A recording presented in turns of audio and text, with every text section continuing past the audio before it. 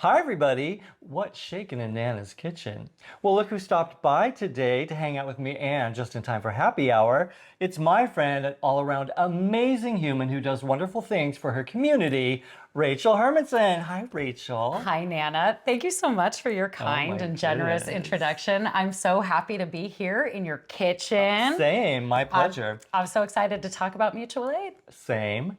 But before we do that, guess who else is here? It's our magical mixologist, Paul, back to make sure our mouths don't get dry while we're talking. Of course. So what are you going to be shaking up for us today? So I have developed a couple of things because my whole ethos is to make sure everyone can gather around some drinks, whether they like alcohol or not, or want alcohol or not. So I have one for Nana, the Ginger Queen. Ooh, can't wait.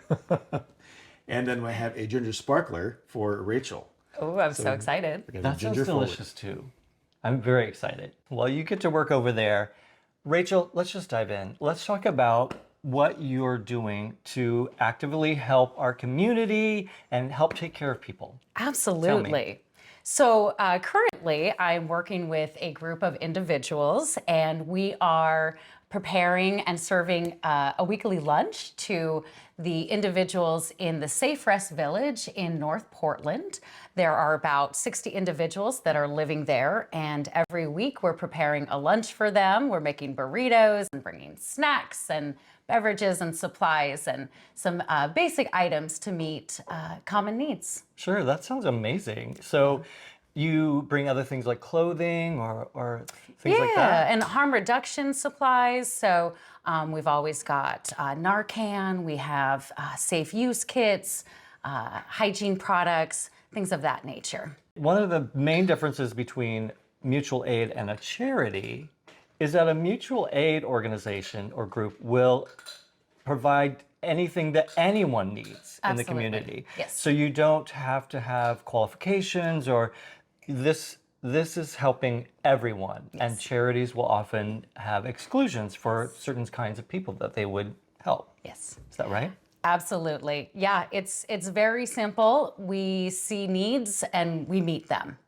Whereas a charity is more of a donor-recipient relationship, mutual aid is beneficial to all. And there are no stipulations, there's no requirements, there's no judgment. We meet people where they are and supply what they need. That's amazing. I think a lot of people don't actually even understand what mutual aid is. So it's very simple though, right? Very simple. It's community supporting community, right? Mutual aid is an organizational model that creates an infrastructure that supports each other and decreases the reliance on capitalistic structures that really weren't designed to serve or support us in the first place. Right. And we're definitely in a time in our lives where we're seeing that a lot of people aren't being supported. A lot of our communities really, need us to grab the reins and take matters into our own hands and help each other out. Yes. And that's what I love about mutual aid. And it's not difficult. And we'll talk later about how you all can participate and start your own mutual aid, be a part of a mutual aid group that already exists. So, but I want to get into, how did Rachel first want to do this kind of work for her community? I've always seen myself as a helper and a person that has a lot of empathy for others. In college, I worked in medically fragile group homes where I was taking care of individuals with significant disabilities and helping them with their basic needs. And then after that, I became a special education teacher, and I'm approaching my 20th year working as a special education teacher. Congratulations. Yes, thank you. Quite a long time. Thank you. It sure is. I work with students that are 18 to 21 that are transitioning from high school and into adult living and employment. Right. So we're building a lot of community-based skills, a lot of vocational skills, independent living skills. Sounds like rewarding, but also difficult and challenging work. Absolutely. And it all kind of came to a head when the pandemic started. Y'all remember that? The pandemic thing? Yeah. We remember. We had to get really creative about how we were serving them and supporting them. And while we had distance learning set up, given the nature of their disabilities, the students I work with really weren't able to engage with the online instruction. So we had to get creative about hands-on activities for them at home. It was around the same time that I was noticing we have some real big needs in the community, and this houseless crisis continues to grow. So with our students, we started making care kits. So I was gathering a lot of donations, things like rain ponchos, hand warmers, socks, hygiene items, snacks, and then getting those supplies out to our students to make these kits that then could be distributed to our houseless neighbors. And did you find that it was easy to acquire those items? Like once people knew somebody needed something, were they ready to volunteer and help out? And You know, usually. okay. When I ask, folks usually come through, but it's nonstop. And the Sure. ask never stops. Right. So it's been a lot of out-of-pocket expenses. It's been community donations. It's getting supplies from the Joint Office of Houseless Services, putting donation requests on my Buy Nothing page on Facebook. So there's a lot of ways to source those donations. We have an Amazon wish list. When the pandemic started and we went into lockdown, I feel that there was a couple months where it felt like we can do this. We can use universal design. We can make this situation work for everybody. We can change the way we go to work. We can change the way we support each other. And that lasted for about a couple months. The optimism. The optimism. And then there. it was get back to work, get back to normal, and these vulnerable communities are still getting left behind. Right. It was also during that time that I started getting involved in the George Floyd protests. And that's actually when I first even heard the term mutual aid and started getting more involved in it. Oh, wow. Around that time, the organization Brown Hope developed the Black Resilience Fund, and that was a fund for Black Portlanders, no questions asked, here's some money. And so I started getting involved with Black Resilience Fund because along with the cash donations, they were also doing a lot of mutual aid activities. So I started taking on some yard work and gardening projects for Black Portlanders, installing vegetable gardens, helping out with their yard cleanup.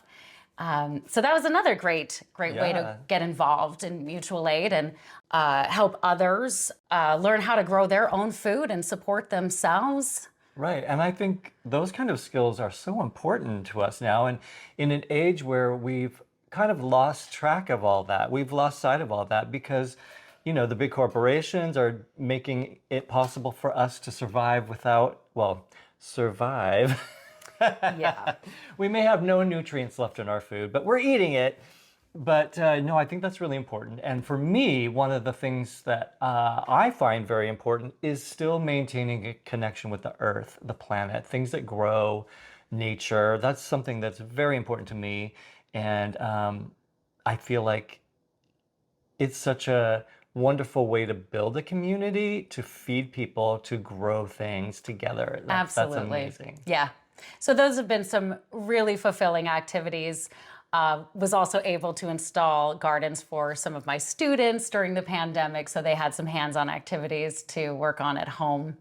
And we're in discussions with folks at the Safe Rest Village about helping them install some gardens where they live. That's great. Yeah. We're going to talk about that place in a minute. Okay. But first, Hello. I feel like To celebrate what Rachel's talking about, we have some drinks. I'm so excited for this. And because Rachel's our Rachel, guest, look how beautiful. I have one for Rachel first. Oh, that is gorgeous. So nice. Oh my goodness. And then for Nana. Yes. You ready? What's Three. shaking? Oh my goodness. Is there a freight train coming through town? Woo! Coming through my kitchen? All right, we're living dangerously here by pouring on camera. We live on the edge over here. Nana's kitchen. Oh, yes. And it gets garnishes So here too. she is, the ginger queen. The ginger queen and the ginger sparkler. Look at that. Ready to drink. Cheers. Oh, Oh, cheers. cheers. I'm sorry, that is Delightful. delicious. That is amazing. Thank you. Whew. Well, before Nana gets too sauced, let's continue with our conversation. When we first started doing mutual aid to feed people, we started in our local neighborhood. We would have a couple folks sleeping in the park. So we would bring up coffee to them in the morning, and then we started making a little extra at dinner to bring up there. And then as we explored more through the community, we noticed there's an entire encampment a mile from our house. And there were probably about 50 to 60 people living there along a greenway. And it wasn't a very tenable situation, incredibly muddy and dirty. Anytime there would be a significant weather event, tents are collapsing, all of their things are getting flooded and wet. So we started serving that camp almost 3 years ago, just cruising on through with our wagons full of supplies. About a year ago, they built a safe rest village right at that location that has about 60 small houses. So the majority of the individuals living in that encampment moved into the safe rest village. So we were already a part of their community. So we wanted to keep serving them, even though they had moved into the village. And so what's your feeling about this kind of village? Do you think that that's successful? Do you think there should be more of them? Tell me your thoughts. Well, ultimately, folks need housing. Sure. They need house keys. Yes. They don't need to be housed behind 10-foot high fences Oh, and is that the in case tiny of this? little pods. Yeah. That's the case there. Yeah. I'm still learning more about the Safe Rest Villages and the organizations that manage those. I think there's varying opinions on how they're operating and their structural organization.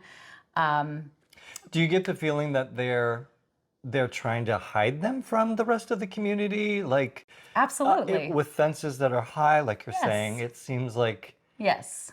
Folks don't want them to be seen. We don't want to see that problem. Right. It's easier for it to just be over there yeah. where those folks deal with it. And there's definitely a lot of pushback from the neighbors wherever a Safe Rest Village goes up. Sure. The next proposed location for a Safe Rest Village is in an industrial area in a lot that probably is quite toxic. Not a great way to treat human beings. So weirdly, it is a step in a direction that is positive. Yes. And yet it's also has aspects of it that are not great. Absolutely. So The houseless crisis has become its own infrastructure. And you really could look at a homeless individual as a commodity. So what are some things that we can do as individuals, since the system may not be set up, at least now, to move things in a better direction for Yeah. people, seeing people as humans, finding solutions, Yeah. giving people keys to homes? What can we do individually to move us toward that? What we need to do is make sure that what we're doing is not criminalized. And there are some states, some regions that are citing mutual aid groups for serving food to people. now, why So- do you think that happens? Why are they doing that? Well, because mutual aid groups are trying to disrupt capitalism, and we're going against the system. So letting people suffer and perish is the alternative that works for them. Yes, So they will want to shut down groups like yours. yes. And are they doing that so that a government can come in, an institution that is part of a system, current system, can get the credit for that?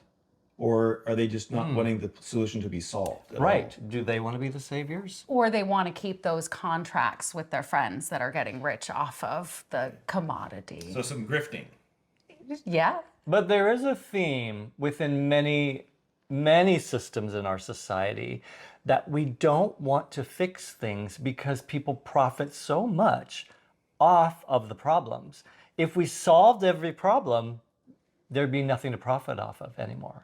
So we constantly keep people sick, we keep people homeless, we keep people not being able to afford life because the people who make the money off of that obviously don't want to let that go. And we both know that this isn't a zero-sum game, and there is enough for everybody. There's enough for everybody.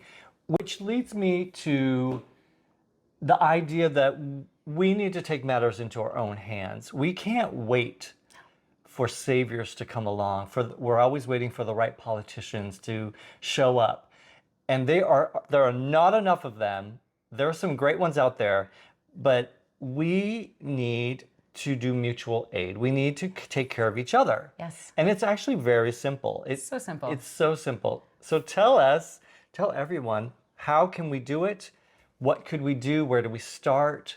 How do we help each other? Well, the reality is that most people are probably already doing it, and they just don't realize that what they're doing is mutual aid. It's just helping each other. Start in your neighborhood. Right. Get to know your neighbors. Find out what they need. Find out what skills they have. Find out what resources they have. Find where you can support and complement each other. Mutual aid benefits all of us, but it really is going to benefit our most vulnerable citizens, our houseless neighbors, our elderly neighbors, our undocumented neighbors, those that are not able to access systems of support as readily as the rest of us. So start off by checking in with your neighbors. Make sure you know who you're living around. And Should we go and do it now? Maybe we should. We'll see you in a minute. The thing is I feel like it can be overwhelming for the majority of people to understand how they can make a difference.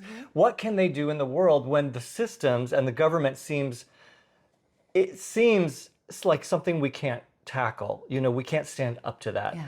But if we do community service, if we do mutual aid, we're starting in our own communities. And if everyone started to do that, what a wonderful world that would be, that this spreads and we can all just take care of each other and not keep being afraid that we don't know how to approach the bigger problems. We can take care of each other in our smaller communities, Yes. right? Yes.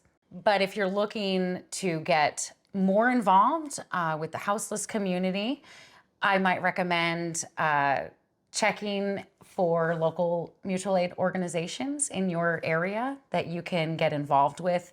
It's important to have camaraderie and community when doing these activities, especially when sometimes approaching individuals that could be in a volatile situation. Right, sure. Yeah. And not everyone has the capacity to get out and do mutual aid activities. And for some folks, the best they can do right now is donate money and resources. Now, that makes me think of all the things that I've maybe taken to Goodwill in the past. Things like that, I could actually save coats and Yes. warm weather clothing Yes. and donate those to groups that will directly benefit from them, Yes. as opposed to having them resold somewhere, right? Yep. Okay, so tell me about, is there any other way that people could support what you're doing? Do you have needs that need to be met? Absolutely. We have an Amazon wish list, as I mentioned earlier, that we use to source the items for our student-made care kits. But also with our weekly meals, every Sunday it's about $150 to purchase the groceries to feed our group. And you purchase those things yourself. You don't rely on donations for that? If I have donations, that's what I'm using. Otherwise, we are there every Sunday. So whether there are So no matter donations or what, not, it's it's gonna happening. Now, if I didn't have a full-time job, I would probably be spending a lot of time looking for food donations, gleaning food so that I did not have to purchase the groceries. Right. But it is what it is. Yeah. So, yeah. And our collective, our group of folks that organically came together over the last few years and serve the camp every Sunday, we call ourselves Burrito Block because we make about 60 burritos every Sunday in my teeny tiny kitchen. We do have an Instagram page if folks nice. would like to check that out. And then there are links there to our our wish list and some information on ways to donate. Amazing. Yeah. We'll put that links in the description so you can all check it out. Thank you. But let's talk about these cocktails. Paul, what have you made for us? What am I drinking that is so delicious? So Nana, I have made two different drinks. Yours is the Ginger Queen, and we've got a ginger sparkler for Rachel. Rachel gets more garnishes. Sorry. You deserve it. It's right. like a whole garden over here. That's right. It's a salad. Exactly. She gets a salad with her drink. Exactly. Full balanced meal. So the Ginger Queen has gin. So I've used a citrus infused gin, which is the Gunpowder gin, this is Irish, and then a little bit of Génépy, which is a alpine herbal liqueur. Also have some, you can either use regular lime juice or super lime. This is super lime juice. We talked about that on Nana's Nightcap before. A little bit of simple syrup, a little bit of grapefruit bitters, and then you shake all that up with a little bit of ginger liqueur. That stuff is so good. And then muddle some cucumber and a piece of ginger. Shake that up on ice, double strain into the glass, garnish as you like. I like using aromatic garnishes because if you sip, you can smell the ginger, you can smell the lemon. Makes a big difference. So for the ginger sparkler, what I've done is, again, I like being able to have everyone enjoy a drink around a table, around a space, with or without alcohol. So this has 0 alcohol in it. And despite the sweet items in it, it's actually not too sweet. So what I've done is a little bit of ginger for the bottom, using some basil leaves just to give that aromatics. And then what I've done, put ice in, a little bit of the super lime or regular lime juice, a little bit of simple syrup, not too much, some of the orange soda. This is a San Pellegrino blood orange soda, and a little bit of ginger beer. I like using the Q ginger beer. Gives a nice zing. Spritz a little bit of a lemon peel on top and throw some good garnishes in there so you can smell all that ginger and all of the citrus and a little cucumber. You are a magician. This is amazing. Thank you so much, Rachel, for being here and sharing all of your information about mutual aid. And thank you, Paul, for our delicious cocktails. Nana. We will see you next time and see what's shaken in Nana's kitchen. Cheers. Cheers.